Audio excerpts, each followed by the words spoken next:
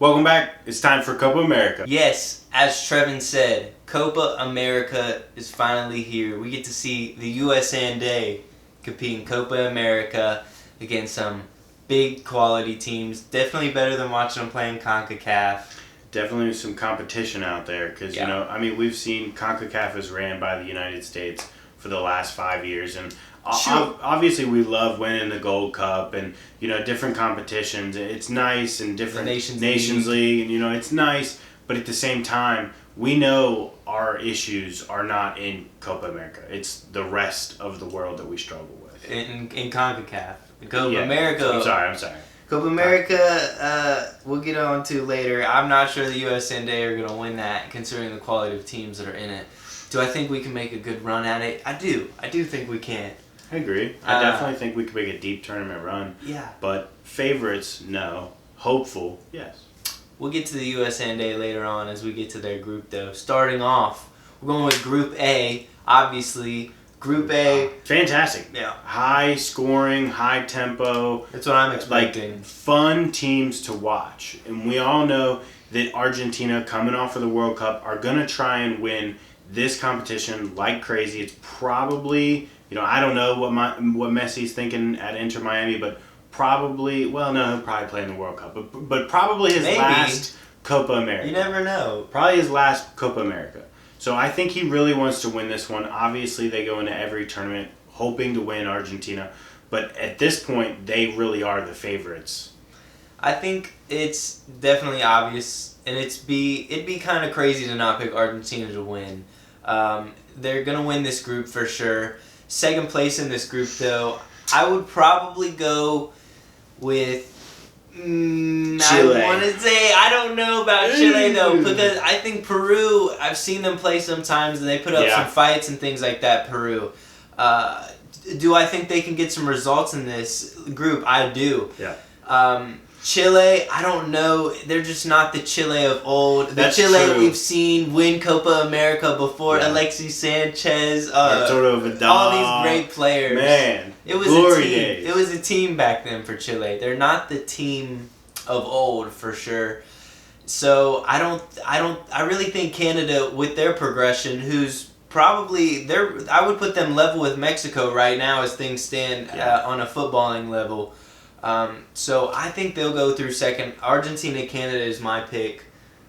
I'm going to go Argentina, Peru. By no means is Peru a good team. No, but they're scrappy, and I like their attitude. They could do something. It's maybe, especially with the people they're going up against. Canada, they're okay. Chile, not of old. Just going on straight to Group B, though.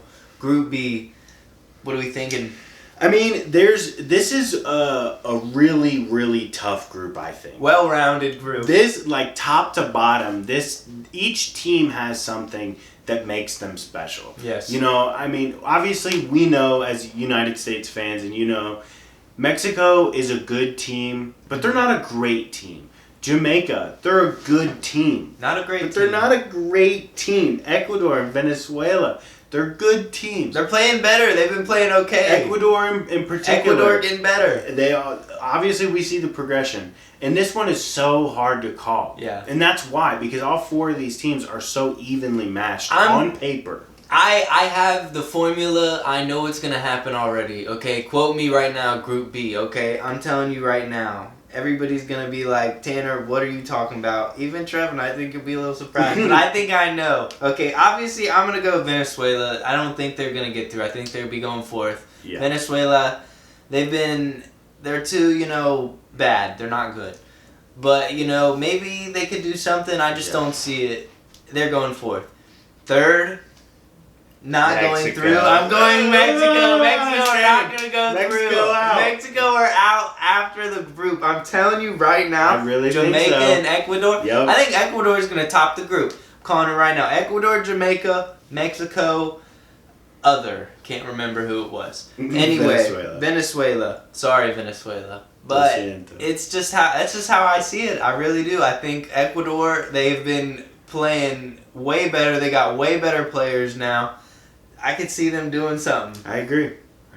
And your favorite group and ours, Yeah. Group C, we've got the United States as the hopeful, plucky underdog in this tournament. You know? Yeah. I think we can squeeze out a second in this. When I say squeeze out, we're going up against Uruguay, Panama, and Bolivia.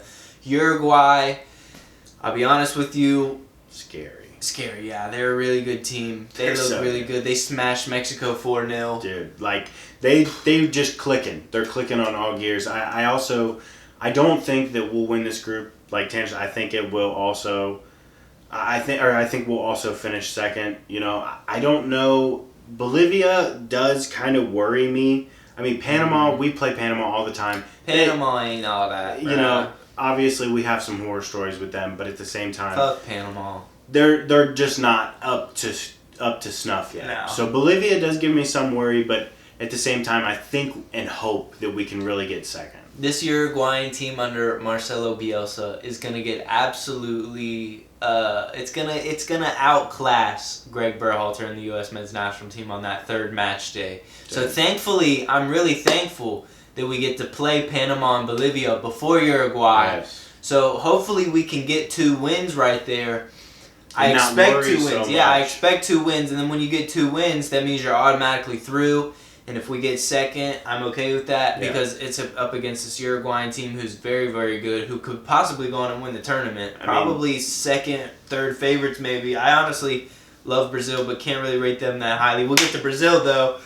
But Uruguay, they're freaking amazing under Marcelo Bielsa. They've been playing really well. I just don't see us beating them. I don't think Berhalter's got it in him to beat a team of that quality. I don't think does the USA players have the ability? I think they could. I think they could. I think if we were approaching the game in a better way, not with Gregg Berhalter as his approach is, I think we could do something against this Uruguayan team. Would we win for sure? Definitely not. Player for player, I would say Uruguay still have slightly better players. I don't think the gap's that big, though. No, the gap's very, very minimal, I think. I don't think it's that huge as probably other people would think it is. Just as an American, I don't think it's that big. Player for player, at least. You know what I mean? If you're going off of that. They are a better team, though. 100%. We've seen in the warm-up friendlies that the United States is not up to it right now. No. Like, obviously, it's a compounding of a whole bunch of things. You know, Berhalter, we all know, not a good enough coach. We've had some people coming back from injury, working back into the squad, like key integral people for this national team, Tyler Adams, slowly working him back, giving him some minutes here and there, hoping that he's ready to go. But I don't think that we'll really compete with Uruguay at this moment in time. I have a hard time of seeing us competing with the big boys in this competition. I put us somewhere around 5 or 6 in this group in the whole tournament. I would put us somewhere around 5 or 6, the U.S. and A. Now you change some of the coaching around. I think you give United Bielsa, or you give United Bielsa. I think we could get like 4. Going crazy 3, right now. Maybe not really 3, but we'd be pushing 4, it up there. The thing is when you look at our recent performances. We'll talk about Brazil first because Colombia was a shit show. Brazil, it's 1-1. Yes, it's 1-1. It's against a Brazilian team that isn't... We can always say, the Brazilian of old, this team of old. Their quality is far beyond the US and A still. 100%.